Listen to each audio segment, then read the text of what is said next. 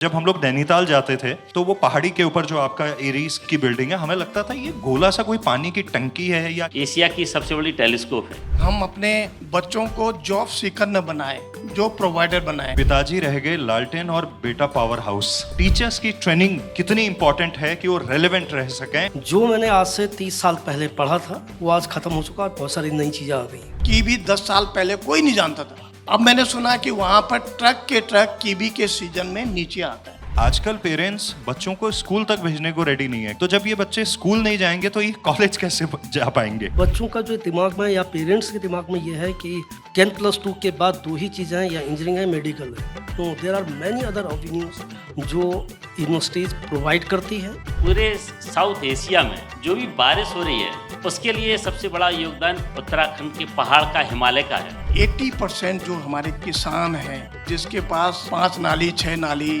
से ज़्यादा उनके पास ज़मीन नहीं है, तो आपको उनके लिए वो टेक्नोलॉजी डेवलप करना पड़ेगा कि जो उस जमीन पर वो उसको इस्तेमाल करते हुए उसके जेब में पैसा आए। मैं उत्तराखंड हूँ, मैं उत्तराखंड हूँ। सेशन की शुरुआत करते हैं, जो कि बहुत ही कमाल के हमारे तीनों ऐसे गुणी लोग हैं जिनको सुनने का बारंबार मन करता है।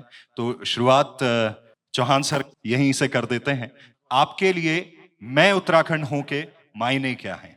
आप ये मानते हैं कि उत्तराखंड वो धरती है कि जो पूरे देश को गंगा और यमुना देती है। और जब मैं उत्तराखंड हूँ तो हिमालय के जो हिमालय है वो सर्वोपरि है पूरे देश में। आपने देखा होगा कि और उसमें जब मैं उत्तराखंड की बात करता हूँ तो मैं उस राज्य से आता हूँ कि जिसमें ये तीनों चीज़ें हैं जो देश में और विदेश में कहीं नहीं है। इसमें सबसे बड़ी बात मैं ये कहूँगा कि जब उत्तराखंड की हम बात करते हैं कि हम उत्तराखंड से हैं, तो हम वो लोग हैं कि जो देवभूमि बार बार हम बात करते हैं, लेकिन अब वही हम उत्तराखंड हैं कि जिसका हर समय पूरे देश में नहीं पूरे विश्व में भी उसका नाम है।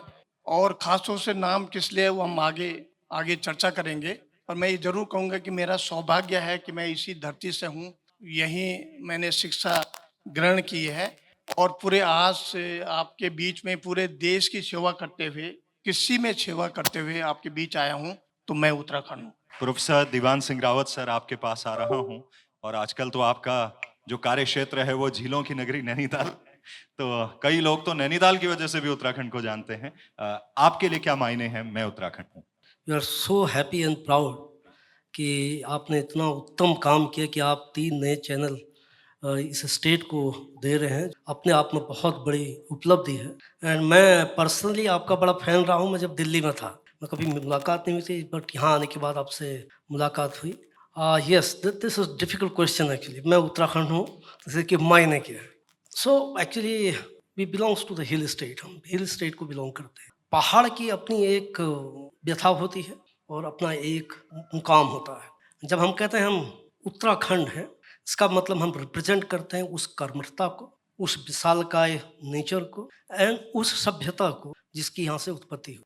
सो चूंकि मैं बागेश्वर से हूँ, पूरा मेरा प्राइमरी एजुकेशन क्लास 9 तक वहीं से हुआ। यहाँ की जो प्रॉब्लम्स हैं वो क्या है उनको जानते हैं और याद भी है। फिर कुछ समय हम बाहर रहे और मेरा सौभाग्य है कि मुझे पुनः यहाँ वापस आकर के अपने लोगों को और इस स्टेट की सेवा करने का मौका मिला। आगे बढ़ते हैं। डॉक्टर मनीष नजा सर, आप एरीज इस संस्थान को यहाँ पे रन कर रहे हैं अपनी टीम के साथ में। आपके लिए इस उत्तराखंड राज्य के भीतर कार्य करते हुए मैं उत्तराखंड की भावना को आप कैसे व्यक्त करना चाहेंगे? सबसे पहले मैं उत्तराखंड के लिए एक ये कहना चाहूँगा, जो उत्तराखंड ने पूरे देश को, दुनिया को दिया है, वो मेरे ख्याल से कम लोग जानते हों। जो यहाँ की बेसिकली जो पहाड़ की जो इम्पोर्टेंस है उसको हम सबको जानना बहुत ज़रूरी है। और यहीं पे मैं उत्तराखंड की इम्पोर्टेंस आती है कि जैसे देखें पूरे साउथ एशिया में और पूरे एशिया में जो भी बारिश हो रही है, खास साउथ, उसके लिए सबसे बड़ा योगदान उत्तराखंड के पहाड़ का, हिमालय का है।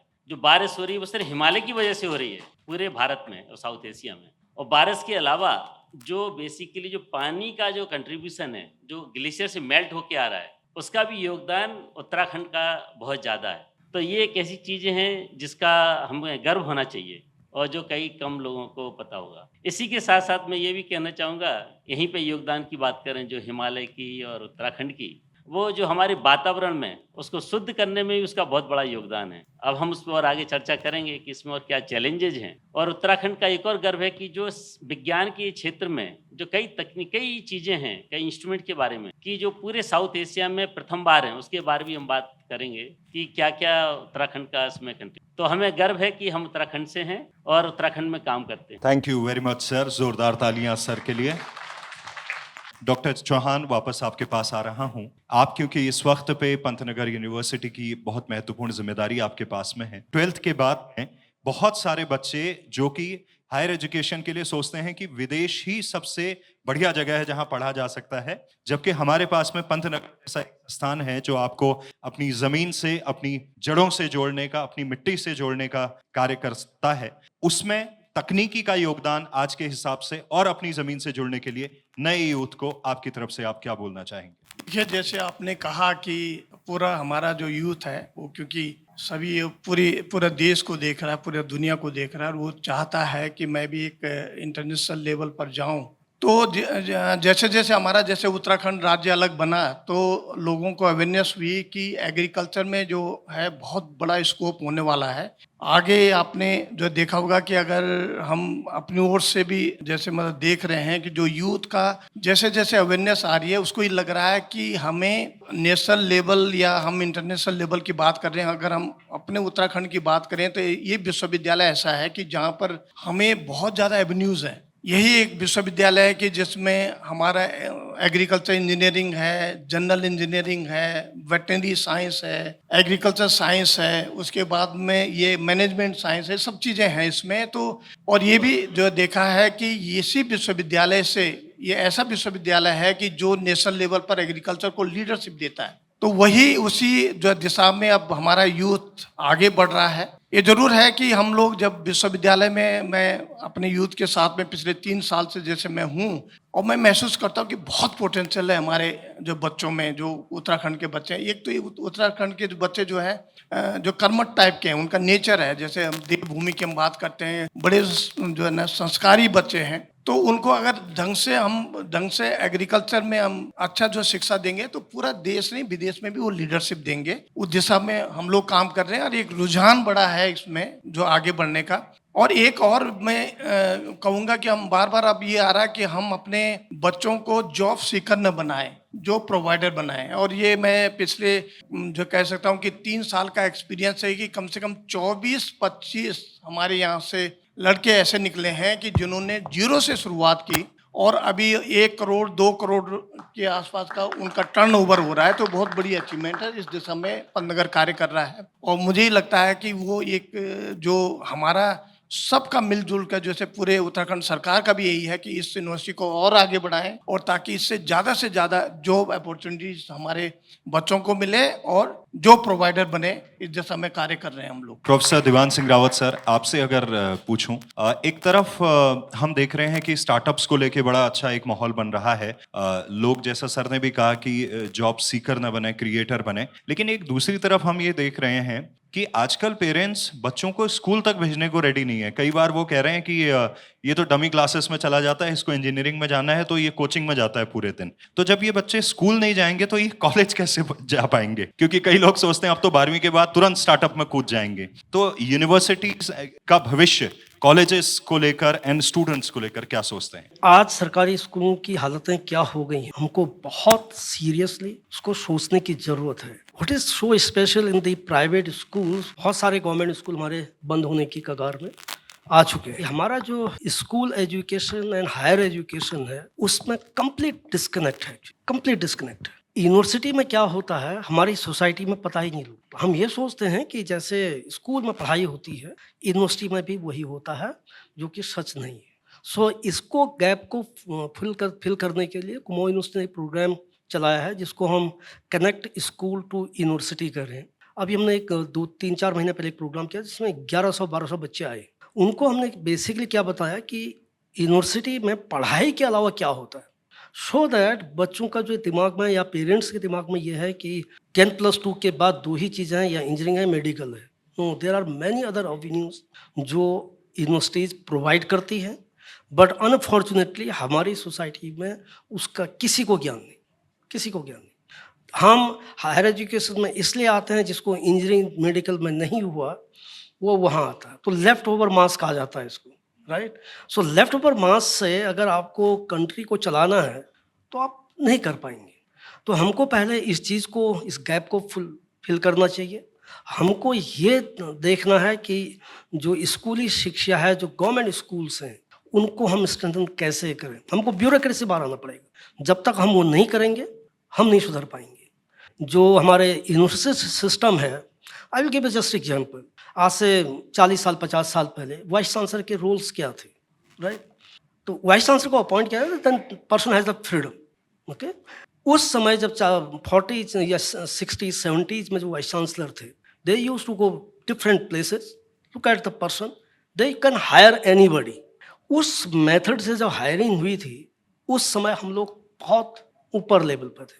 अब आज नियम इतने बन गए तो you can hire anybody now, okay. You can appoint but not the hire. There is a difference between appointment and hiring. तो जब तक हम इस चीज़ को न समझे, मेरा प्लान क्या है कि मैं क्या सोचता हूँ कि जब तक हम फ्री हैंड नहीं देंगे, ब्यूरोक्रेसी को, एजुकेशन, हायर एजुकेशन को बिल्कुल डिस्कनेक्ट करना चाहिए। And right kind of people का अपॉइंटमेंट होना बहुत ज़रूरी है। अगर जब तक हम ये नहीं करेंगे तब तक नहीं हो सकता। जहाँ तक स्किल कोर्सेज की बात है, यू राइटली सर, हमने अभी कुमाऊं यूनिवर्सिटी में बहुत सारी चीज़ें की। फ्री एसएसबी ट्रेनिंग करा रहे हैं, फ्री ऑफ कॉस्ट, ओके। उसमें ब्रिगेडियर लेवल के ऑफिसर्स को हमने विजिटिंग प्रोफेसर बनाया। एंड फर्स्ट बैच हमने 2024 में शुरू किया था। एंड एक बच्चा इस बार इंडियन एयरफोर्स में निकल गया उस बैच से। बट प्रॉब्लम इज, जब इसकी रजिस्ट्रेशन होता है, मेरे अपने डीएसपी कैंपस से लास्ट टाइम सिर्फ 8 बच्चे आए।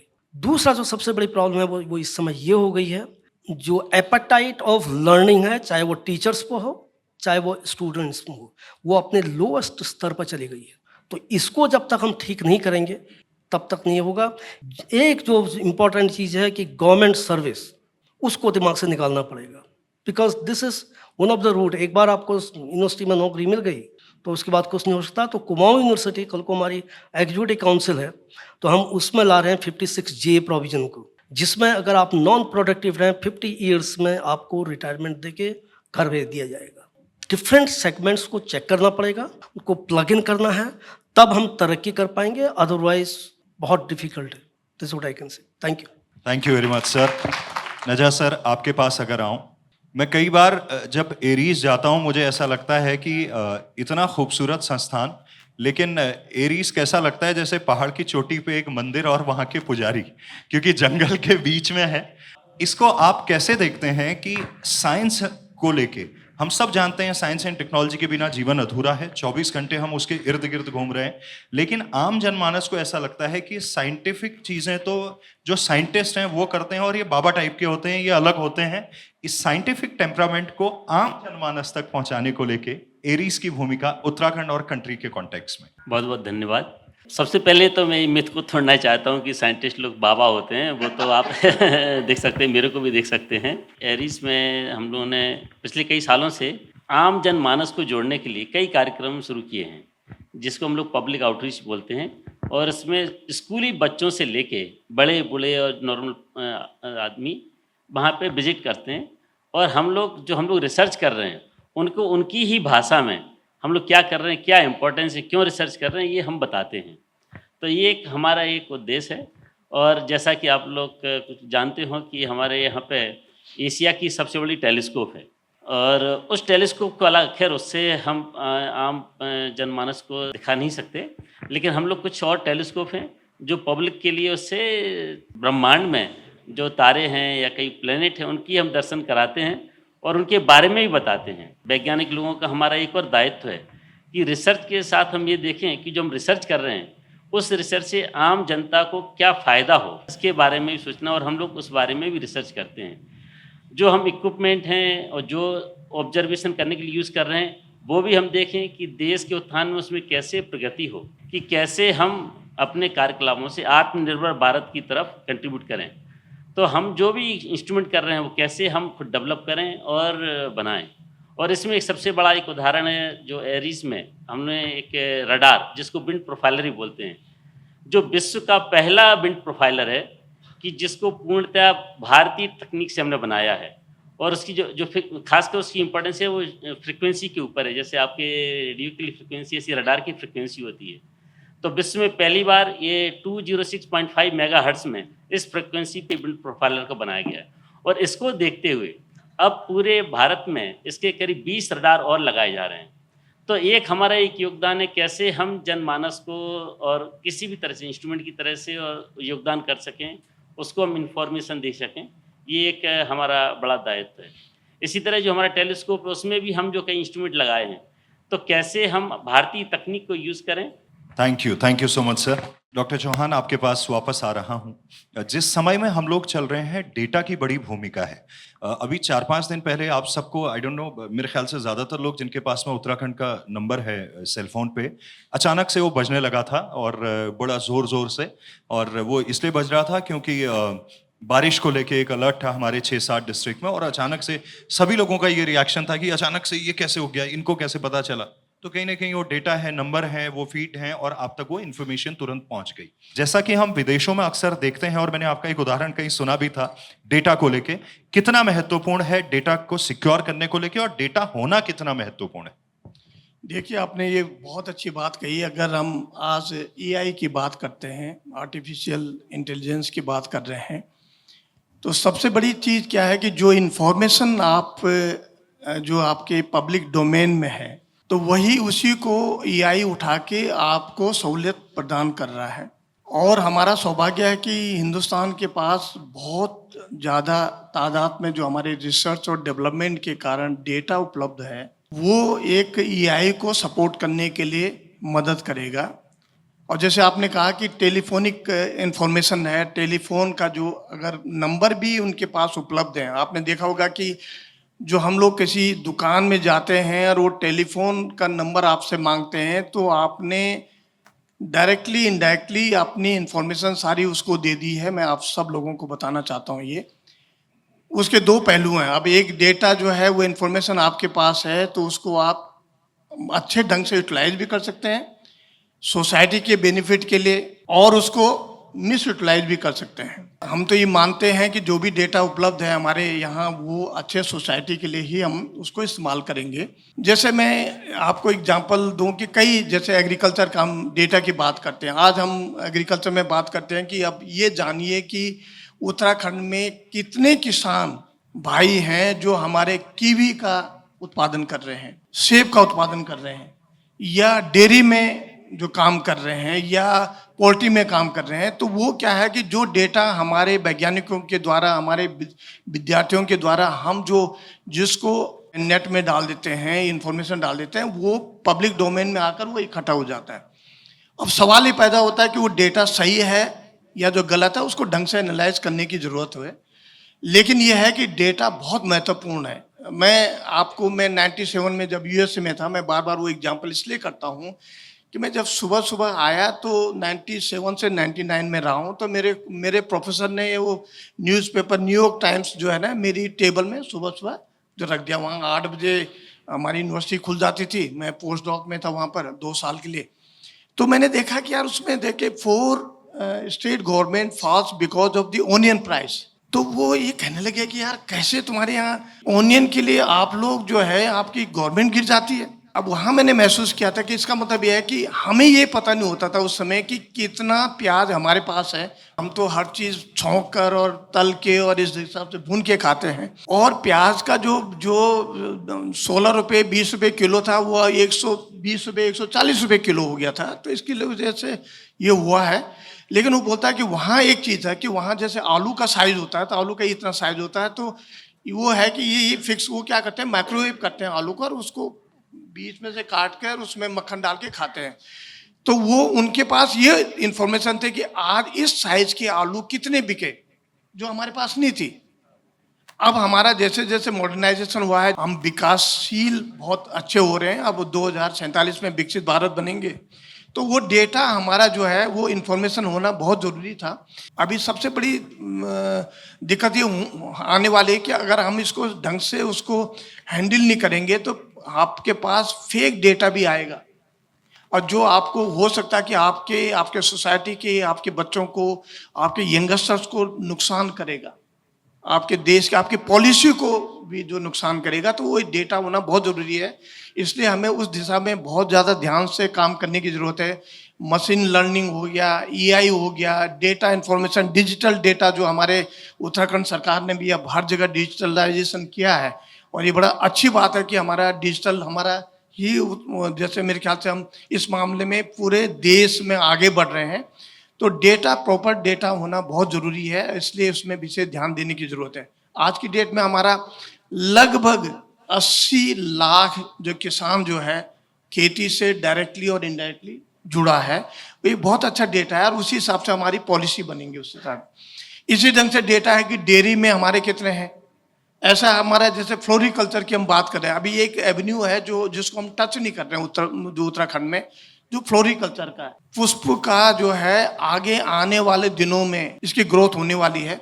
आप ये मान के चलें कि जैसे आपके जेब में पैसा आता है, तो आप इस ढंग से दूसरे को फ्लावर भेंट करना, उसके यहाँ जाकर थोड़ा सा बुके ले जाना, ये हो गया, पहले ये नहीं था ट्रेंड। किस हिसाब से फ्लोरिकल्चर के लिए पॉलिसी बनाई जाए, तो यही जो इन्फॉर्मेशन डेटा है जो पब्लिक डोमेन में है वो इस्तेमाल में हम ला रहे हैं, जो अपना विश्वविद्यालय से डेटा उसको लाकर, और एक पॉलिसी इसमें भी होना चाहिए कि जो उत्तराखंड सरकार के सामने हम पेश करेंगे कि हॉर्टिकल्चर हो गया, फ्लोरिकल्चर में भी हमें ध्यान देने की जरूरत है। वो डेटा ही है जो हमें मदद करेगा पॉलिसी बनाने में। जबरदस्त। प्रोफेसर दीवान सर, आपके पास अगर आऊं मैं पुनः, मैं जब सर कानपुर में 2010 से 13 तक नौकरी करता था, एक डायलॉग में अक्सर सुनता था कि पिताजी रह गए लालटेन और बेटा पावर हाउस। तो आज के कॉन्टेक्स्ट में ये बात इसलिए बोल रहा हूं कि कई बार जो स्टूडेंट्स हैं वो क्योंकि वेल वर्स्ड हैं टेक्नोलॉजी से, देश दुनिया में क्या हो रहा है, क्योंकि बच्चे हर साल कुछ नया ले आ रहे हैं, तो टीचर को रेलेवेंट अगर होना है तो उस स्टूडेंट से 2 कदम आगे सोचना होगा। टीचर्स की ट्रेनिंग कितनी इंपॉर्टेंट है कि वो रेलेवेंट रह सकें? ये बहुत इम्पोर्टेंट इशू है इस समय। जब तक हम अपने आप को अपडेट नहीं करेंगे तब तक हम आगे नहीं बढ़ सकते। जो मैंने आज से 30 साल पहले पढ़ा था वो आज ख़त्म हो चुका है, बहुत सारी नई चीज़ें आ गई। मैं एज ए वाइस चांसलर मैं अभी क्लासरूम में जाता हूँ, पढ़ाता हूँ बच्चों को। ये आपका पैशन होता है, पैशन कितने लोगों में है वो अलग चीज़ है। 70s 80s में कुमाऊं यूनिवर्सिटी का अपना बहुत बड़ा नाम था। नाम 2 तरीके से होते हैं, एक फैकल्टी जो रिसर्च जनरेट करती है उससे होता है, दूसरा जो हमारा जो बच्चा कहाँ जाता है। ये 2 ही सेगमेंट हैं किसी भी यूनिवर्सिटी के सक्सेस को मेजर करने के लिए। Over the period of time it so happen कि हम लोगों ने काम करना बंद कर दिया। 11 बजे लोग आते हैं, 2 बजे चले जाते हैं। सो एज ए सेड हमको ये बहुत ज़रूरी है, हमको पॉलिसीज़ को चेंज करना पड़ेगा, नंबर 1। नंबर 2, अगर कहते हैं ना सीधे हाथ से घी नहीं निकलना, आपको टेढ़ा कर दीजिएगा। Then you come with the kind of regulation कि अगर आपकी प्रोडक्टिविटी ये नहीं है तो आपको गुड बाय करना पड़ेगा। यूजीसी का अपना एक गाइडलाइंस है, टीचर्स को टाइम टू टाइम ट्रेनिंग देना है।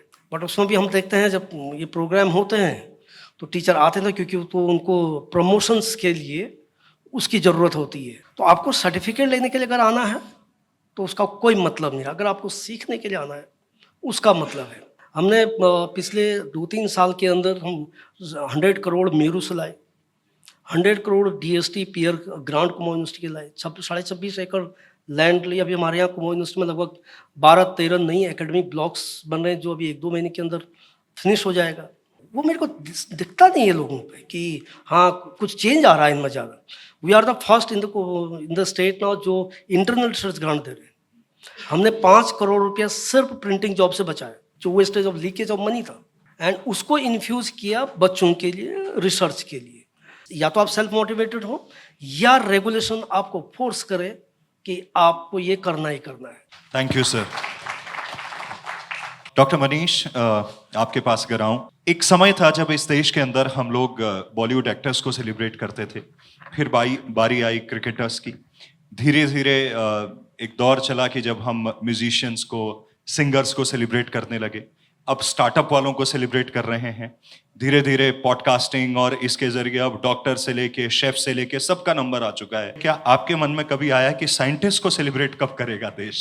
इस बात के लिए मैं शायद ये मानता हूँ कि वैज्ञानिक लोग थोड़ा सोलो में काम करते हैं, इसीलिए शायद मेरे ख्याल से उत्तराखंड के पहाड़ बहुत अच्छे हैं उसके लिए कि आदमी सेपरेट होके और सोच सके। और लेकिन वैसे ये भी है, मेरा ये भी मानना है कि कई बार अगर उनको सेलिब्रिटी बना दिया जाए, तो शायद वो उतना काम नहीं कर पाएँ। टाइम का भी बहुत ज़रूरत होती है कि जब आप कोई प्रोजेक्ट कर रहे हैं, कोई डेवलप कर रहे हैं, तो आप दिन और रात नहीं देखते हैं। इसी में सबको मिलती है कि हम अपने काम से प्यार करें और उसी काम को अच्छी तरह से उसको करें।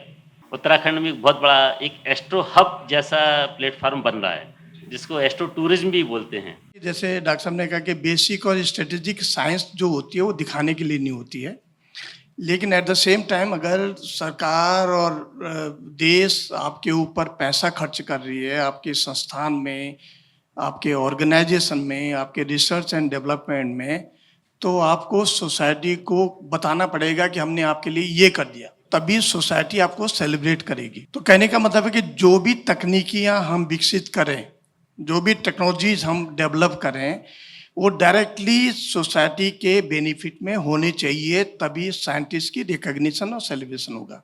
कई तकनीकियां हैं, जैसे मैं उत्तराखंड के सापेक्ष में बात करूं कि आज भी हम देखते हैं कि कम से कम 80% जो हमारे किसान हैं, जिसके पास करीब जो है 1 एकड़ से भी लगभग से ज़्यादा उनके पास ज़मीन नहीं है, तो आपको उनके लिए वो टेक्नोलॉजी डेवलप करना पड़ेगा कि जो उस ज़मीन पर वो उसको इस्तेमाल करते हुए या साइड में और कुछ काम करें कि ताकि उसके आय बढ़े, तो उसके जेब में पैसा आए। आपने छोटी छोटी तकनीकियाँ हैं, जैसे मैं खासतौर से कृषि के मैं क्योंकि उस पर ही फोकस करूँगा, कि जैसे आपका उत्तराखंड में बड़ा स्कोप है मधुमक्खी पालन का, शहद का।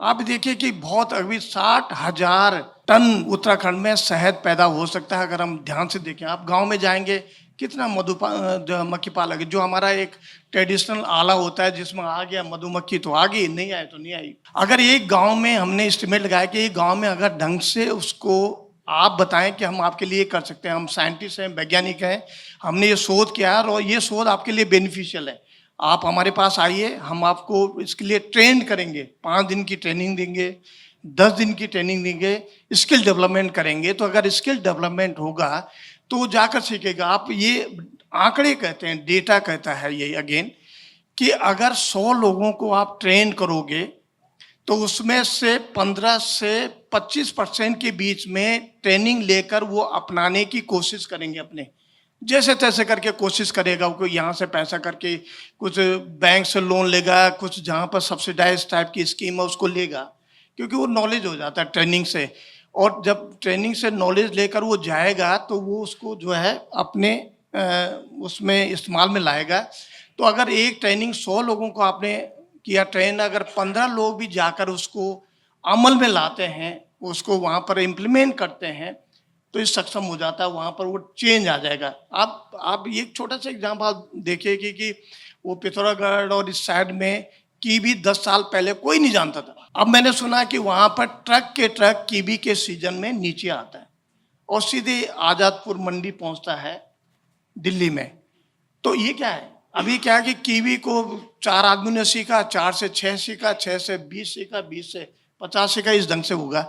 तो कहने का मतलब है कि जो अब आज की डेट में हमारा वो है कि क्योंकि हमें विकसित भारत बनना है तो हमें टेक्नोलॉजी को अपनाना पड़ेगा, वैज्ञानिक तौर तरीके अपनाने पड़ेंगे, और उसके लिए हमारा यही है कि हमें स्किल डेवलपमेंट करना पड़ेगा, छोटे छोटे पैकेजेस एंड प्रैक्टिसेस को डेवलप करना पड़ेगा कि जो ये पर्टिकुलर गांव में हो सके।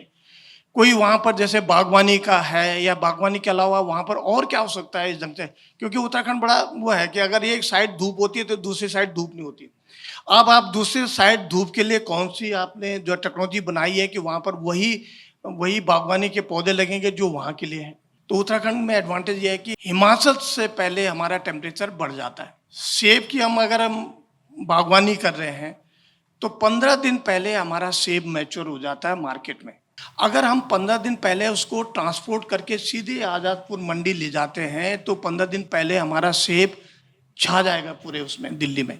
हिमाचल का सेब आएगा 15 दिन बाद, तब तक तो आपने देखा होगा कभी, अब आम का सीजन आ गया, खट्टे मीठे आम भी चल पड़ते हैं, और एक टाइम होता है कि जब भी एक आम का सीजन होता है तो अच्छे आम भी नहीं बिकते। तो यही है कि एक स्मार्ट जो हमें स्मार्टनेस देखनी पड़ेगी एंटरप्रेन्योरशिप में भी और बच्चों के अंदर भी, और स्मार्ट बच्चे हैं हमारे, थोड़ा सा उनको इनकरेज करने की जरूरत है। तो ये ट्रेनिंग, स्किल डेवलपमेंट और शॉर्ट कोर्सेज उनको बराबर देने पड़ेंगे। आज से 15 साल पहले कोई मशरूम नहीं जानता था, अब मशरूम आपको मिलता है। मशरूम के भी अलग अलग है, गुच्छी मशरूम है और बाकी और चीज़ें उनमें तो बहुत ज़्यादा है। तो इसका मतलब है कि उन दिशा में हमें अग्रसर होना पड़ेगा वैज्ञानिक को, कि जिससे लोगों का फायदा होगा। और सबसे बड़ा फायदा यह है कि आप देखो वैल्यू एडिशन करें। दूध आप लेते हैं मार्केट से तो वो आपका 50 रुपये 55 रुपये किलो जो भी वो मिलता है, लेकिन वहीं दही लेते हैं आप, आपको 80 रुपये किलो पड़ता है। अब आपने कुछ नहीं किया, केवल बैक्टीरिया तो डाला, उसको थोड़ा सा हल्का सा वो कर दिया और उसके बाद में बैक्टीरिया डालकर दही आपकी बिक रही है 80 रुपये किलो। और वही दूध, वही जिस दूध से दही बनी है वो दूध जो है आपका 55 रुपये किलो बिक रहा है। कितना मार्जिन हो रहा है। तो वैल्यू एडिशन, टेक्नोलॉजी का इनपुट, ये सब चीजें होनी चाहिए। प्रोफेसर दीवान सर, आपके पास आऊं एक आखिरी सवाल के साथ कि जब इससे पहले लगभग 1-1.5 साल पहले मेरी आपके संस्थान में मुलाकात हुई, मेरे को बड़ा रेलेवेंट 2 चीज़ें जो मुझे याद रहीं। एक ये कि जब नैनीताल में करोड़ों लोग आज तक आ चुके होंगे, तो एक कुमाऊं यूनिवर्सिटी का अगर बोर्ड होता, जैसे कि दिल्ली में हर एक संस्थान का कि एम्स किधर है या लाल किला किधर है या कोई आईआईटी किधर है फॉर दैट मैटर, वो लगता तो करोड़ों लोगों को शायद ये पता चल जाता कि यहाँ एक ऐसी यूनिवर्सिटी है। दूसरा, आपने सूर्य मंदिर का उदाहरण दिया था कि भारत में न जाने कितने लोग जो उसको आस्था की नज़र से देखते हैं, लेकिन एक छोटा सा पत्थर कहीं कोने में लगा हुआ है। हमारे यहीं के लोगों को नहीं पता कि ये यूनिवर्सिटी की लेवल पे आपके प्रयास हमारी विरासत को लेके, संस्कृति को लेके, कल्चर को लेके, बोली भाषा और इन चीजों को लेके आपकी तरफ से क्या हो रहे हैं? मतलब मैं जब 2023 में नैनीताल आया, मैं वहीं से पढ़ा हूँ। 1993 में पास आउट हुआ था। गोल्ड मेडलिस्ट रहे हुए हैं सर, वहाँ जरा तालियां होनी चाहिए। एंड नैनीताल में जो टूरिस्ट फुटफॉल है वो बहुत ज़्यादा है। एंड इतनी छोटी जगह में एक यूनिवर्सिटी है, फेमस कॉलेज है। नैनीताल के किसी भी कोने में उसका नाम कहीं था। तो क्या ये इतना बड़ा काम था? हम 53 साल तक ये भी नहीं सोच पाए, बट उसको करने में भी मुझे 1 साल लग गया। कल्चर और हेरिटेज जो होता है वो आपकी पहचान है। हमारी पहचान, हम उत्तराखंडी हैं, हमको जाना जाता है, हम कर्मठ होते हैं, ईमानदार होते हैं। ये 2 ट्रेट हमारे फेमस है। कोई अगर आप बाहर जाके कहें उत्तराखंड से, ये 2 चीज़ें उसके साथ अपने आप ही आ जाती हैं। हाँ भैया, ये सीधे लोग हैं, कर्मठ हैं एंड ईमानदार हैं। सूर्य मंदिर अगर एक यूपीएससी के एग्जाम में पूछा जाए, सब कोई कोणार्क लिखेगा। अगर उसमें 2 दे दें, कटारमल एंड कोणार्क, कोई भी उसको टिक नहीं करेगा। इवन बाहर के तो छोड़ दीजिए, अल्मोड़े वाले लोग नहीं करेंगे क्योंकि कहीं पर लिखा नहीं। एक और एग्जाम्पल देता हूँ आपको। मुझे ये यहीं आकर के पढ़ने का मौका मिला। जसुली देवी शौकियाणी, और यहाँ की वो सबसे बड़ी दानवीर मानी जाती है। मैं जब अल्मोड़ा से इधर को आता था, हमेशा अपने गांव से नैनीताल आता था, काकड़ी घाट के आसपास में छोटा सा स्ट्रक्चर दिखता था। आई कुडंट मेक इट कि ये है क्या। जब मैं यहाँ आके आया तो पढ़ा तो पता चला ये तब उन्होंने इतनी धर्मशालाएं बनाई हुई थी। अब उनको रिनोवेट किया, 2-3 सेक्रेटरीज को ट्वीट किया और ईमेल भी लिखा उनको, बना तो दिया। आज भी अगर आप उसको देखेंगे, उसके बारे में कहीं कुछ नहीं लिखा है। बताइए आप मुझे, इतनी बड़ी हमारी हेरिटेज है। कोई अगर बाहर का आदमी आ रहा है, अगर अच्छी तरह से आप डिस्प्ले करेंगे, उसको रुक करके पढ़ेगा और ये इंप्रेशन लेके जाएगा कि हाँ, यहाँ ऐसे भी लोग रहे थे। ये बहुत अच्छा आप लोगों के प्रयास से एंड जो आपका सोशल मीडिया है उससे हम लोग रिवाइव हो रहे हैं। एक्चुअली हमारा कल्चर रिवाइव सोशल मीडिया से और आरजे काव्या जी के जैसे लोग, जो लोग काम करें, उनकी वजह से हो रहा है। जो अगर 2 पहाड़ी लोग आपस में मिलते हैं, वो कुमाऊनी या गढ़वाली में बात नहीं करता, वो हिंदी में बात करते हैं। हमको इतना इन्फीरियरिटी कॉम्प्लेक्स है अपनी बोली और अपनी भाषा, अपनी कल्चर को लेकर के, कि हम उसमें बात नहीं करते हैं। लेकिन कंट्री में कोई ऐसा स्टेट नहीं जहाँ पर वो लोग 2 लोग मिले, वो अपनी भाषा में बात नहीं करते। तो हमको इसको प्रमोट करने की ज़रूरत है। 2016 एंड 2018 में यूनेस्को ने in association health ministry government of India एक स्टडी की, वो सभी स्टेट के लिए है। उसमें health studies of children 5 to 9 and 10 to 16 year किया गया। 5 to 9 ईयर के जो बच्चा है, उसका कोई भी पेरेंट कोई भी हेल्थ पैरामीटर चेक नहीं कराते हैं। 9 साल से नीचे के जो बच्चे हैं, उसमें कुछ स्टेट में 26% बच्चों को डायबिटीज है, 26%। एंड हार्ट डिजीजेज है। उत्तराखंड में ये परसेंटेज अबाउट 12% है। तो जब तक हम हेल्थ को फोकस नहीं करेंगे, बीमार सोसाइटी से हम विकसित नहीं बन पाएंगे। Thank you. Thank you so much sir. इतना कुछ सुनने, जानने, सीखने को मिल रहा है। आई एम श्योर जो यहाँ पे यंग माइंड्स हैं कुछ बेहतर करने की कोशिश करेंगे। Last question to you sir, doctor Manish. जब हम लोग नैनीताल जाते थे तो वो पहाड़ी के ऊपर जो आपका एरीज की बिल्डिंग है, हमें लगता था ये गोला सा कोई पानी की टंकी है या क्या। देवस्थल जैसी जो आपके पास में एक संस्थान है, जो वहाँ पे आप जितना कुछ काम कर रहे हैं मुक्तेश्वर के अंदर, आप क्या सोचते हैं कि इसको और किस तरह से हम हाईलाइट कर पाएं लोगों के लिए, ताकि लोग आएं, देखें, और कहीं ना कहीं एक साइंटिफिक, अगर हम बात कर रहे हैं हमको कि में कल को अच्छा करना है, साइंस में अच्छा करना है, तो वो अगर बचपन से उनके अंदर एक माहौल बनेगा, जैसे हमारे उत्तराखंड में आप देखिए, फौज के लिए किसी को बताना नहीं पड़ता, हॉस्पिटैलिटी के लिए, अच्छे शेफ होने के लिए किसी को बताना नहीं पड़ता, जिसके घर के पास में नदी हो तैराक अपने आप बन जाता है, पहाड़ का आदमी ड्राइविंग इतनी बढ़िया कर लेता है, जबकि बाहर के आदमी का अलग से टेस्ट होता है कि भाई हिल्स में चला पाओगे कि नहीं चला पाओगे।